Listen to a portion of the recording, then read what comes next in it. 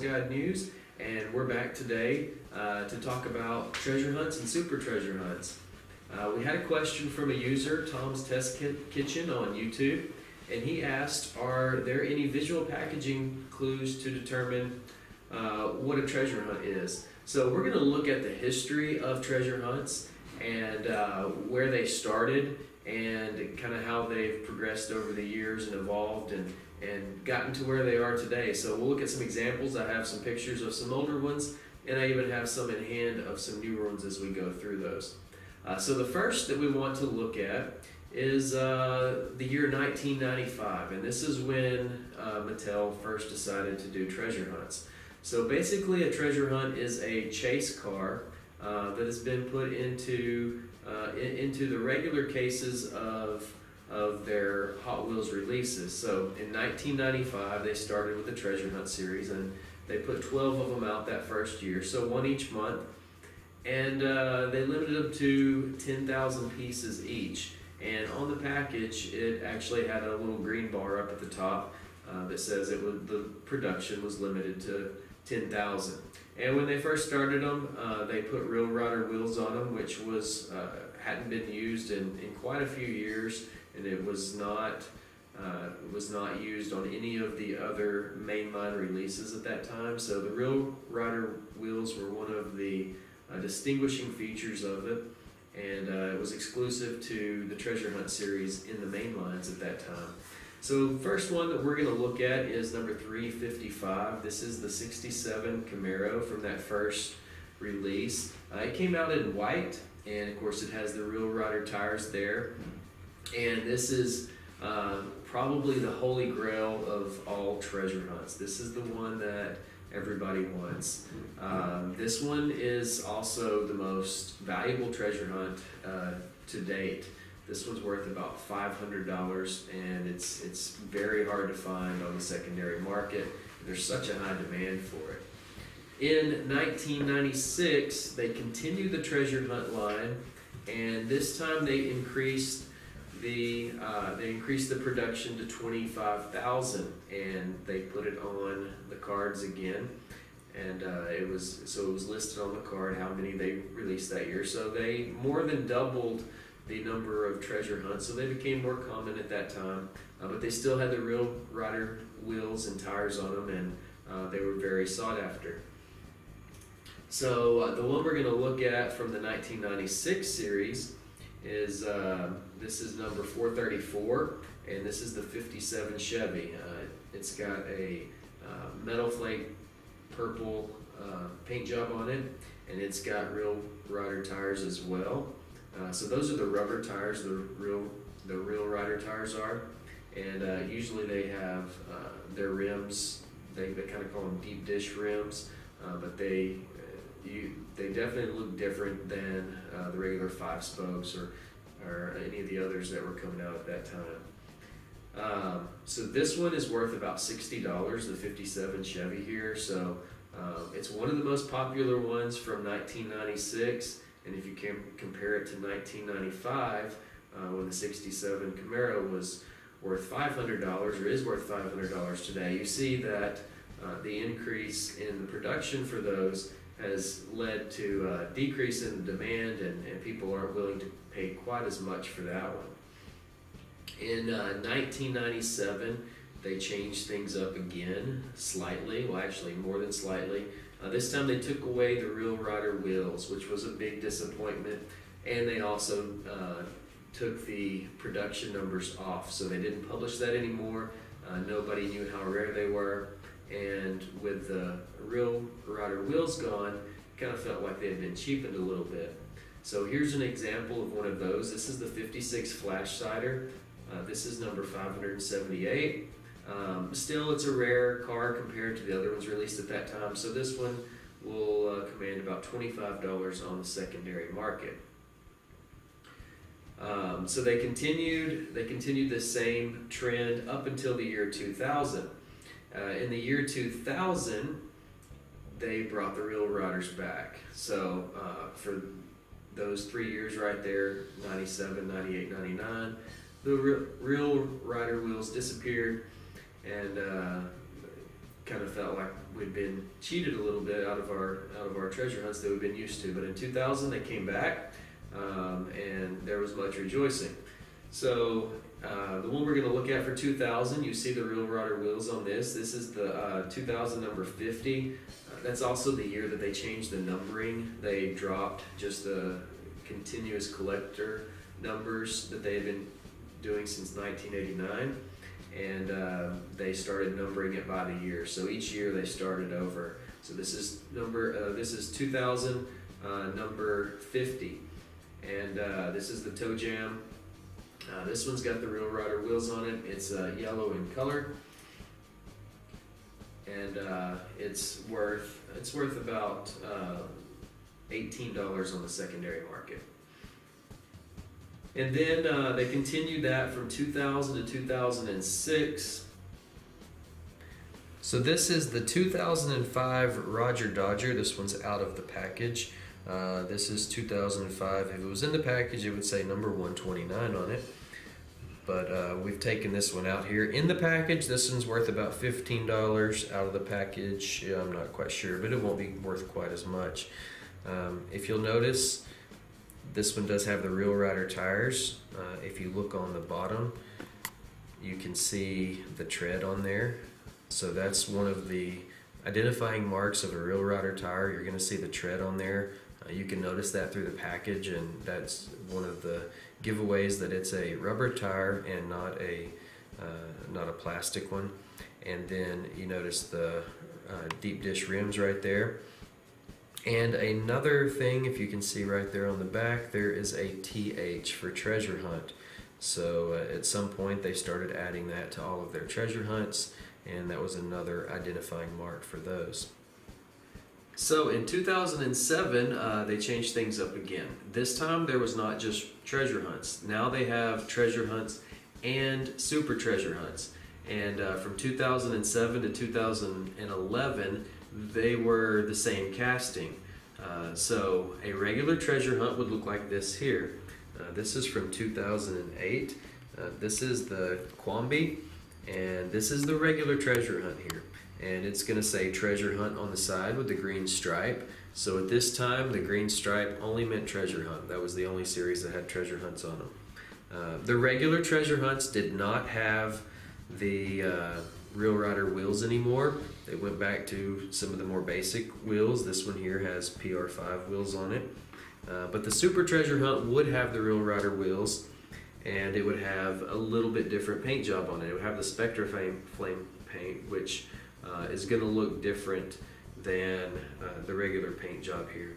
This one does not have a TH anywhere on the card or the actual car itself. It does have a treasure hunt here on the side, but really there's no special marks on this car to make you think it's a treasure hunt if you just saw it by itself. Here is another example. This is a 2011. This is another regular treasure hunt. So there is a corresponding super treasure hunt that goes with this one. This is the Corvette Grand Sport. It's got the green stripe on the side. It doesn't say treasure hunt, but the green stripe during these years, when they took those treasure hunt off of the side, the green stripe was what identified it, as well as the treasure hunts down there at the bottom. So if you were going to the pegs, you could kind of look across the bottom of all the cards and you could spot a treasure hunt pretty easily just by reading those.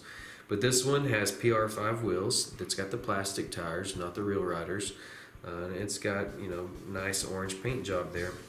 But the super treasure hunt version of this one is going to have Spectra Flame paint, and it's going to have real rider wheels. And we do have a picture here for you to look at to see what one of those would be.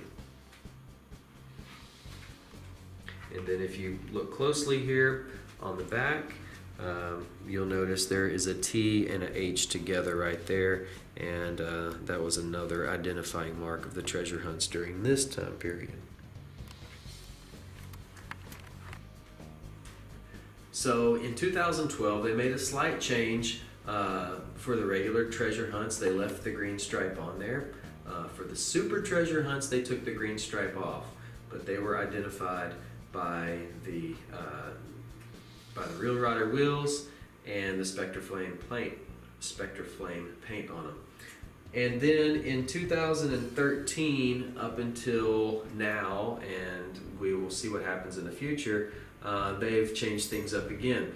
This time the regular treasure hunt and the super treasure hunt in each case are not the same casting.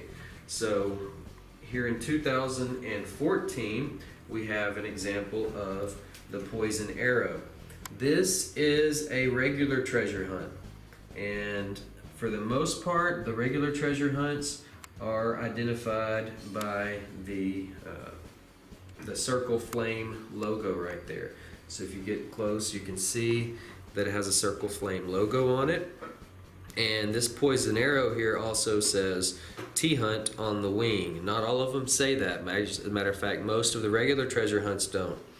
These are fairly common. They're not super rare.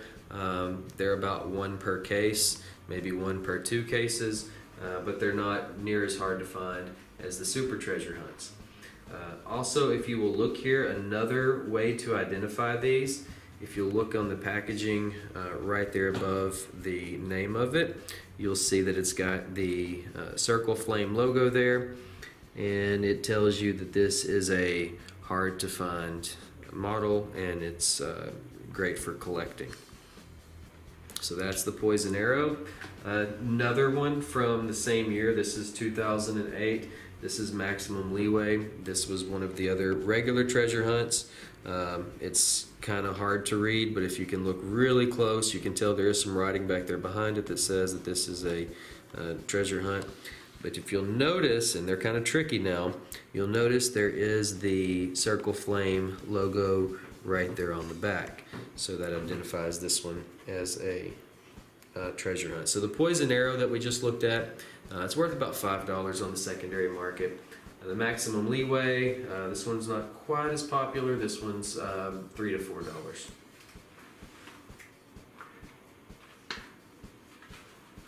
So, as I was saying, the super treasure hunts, they're gonna follow after one of the regular castings from that year from the main line. So here's the regular pass and gasser here. So this is the regular model. It's gonna have plastic tires. It's gonna have basic wheels. This is 5-spoke wheels, but basic mainline wheels are gonna be found on it. And it's gonna have its own paint job. You'll notice that there's no flames, there's no stripes or anything on the hood because they reserve that for the super treasure hunts. So this would be a regular, not treasure hunt, but just a regular main line on the shelves. And then the super treasure hunt, and right now there are 15 of these each year. So 15 of the main lines are going to have a super treasure hunt version of them. So this one, it's got the Real Rider wheels there. See the deep dish yellow wheels, and then you've got the rubber tires there. And if you look at the bottom, you'll notice that you see the treads on the tires so that you can tell that they're rubber. If you look underneath the card on the back of the package, there is just the gold, there's a gold Circle Flame logo. It's really hard to see because of the cars in the way, but you can kind of see it peeking out there. This one's got Spectre Flame paint. If you'll compare it to the other one, you'll notice that the paint's a little bit darker. It's kind of a deeper color too. The Spectre Flame is the paint that they came out with way back in the 60s when they first started. And so here's the super version again. If you notice on the top, it's got some artwork on the top, some stripes and flames there. And then on the front of it, if you look at the very front of the hood, you'll see a small TH right there. So that's another identifying mark. If you'll focus in on the cards here, here's the card back for the regular. And here's the card back for the super treasure hunt. It also has the TH on the card right there. So sometimes you can look at the card and tell it's a super treasure hunt. You'll notice that the wheels are different on each of these. And the super version is going to have the flames on the hood there, that are missing from the regular version.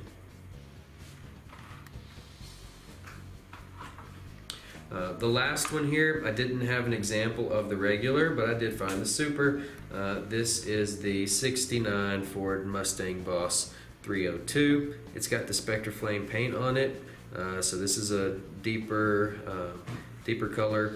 Of the other one came in kind of a copperish color, but this is like a Spectre Flame copper here. This has got the black hood on it. I believe the other one just had a copper colored hood. And if you look on the back here, there's the TH right there behind the rear wheel, and it's got real rider tires on it. They've got the looks like they says BF Goodwrench on them. And if you look on the bottom, you'll notice that you can see the treads on the tires, and you can barely see the Circle Flame logo peeking out from underneath it. Thanks again to Tom's Test Kitchen for the idea there. If you have ideas for videos you would like to see, some topics you would like to see covered, you can go ahead and comment down in the comments and tell us what ideas you might have. We would also like it if you would please subscribe to our channel, and you'll get latest updates when we post new videos. We're always posting videos for the latest cases when they come out, so that you can see the newest cars first. And we're planning on doing an in-depth treasure hunt review year by year. So we're going to go back and look at the treasure hunts year by year and kind of look at them individually. So if you get on our subscriber list, you'll be able to get updates when we do that. And as always, you can visit us online at Hallsguide.com, where we have price guides, latest news, and more. Thank you.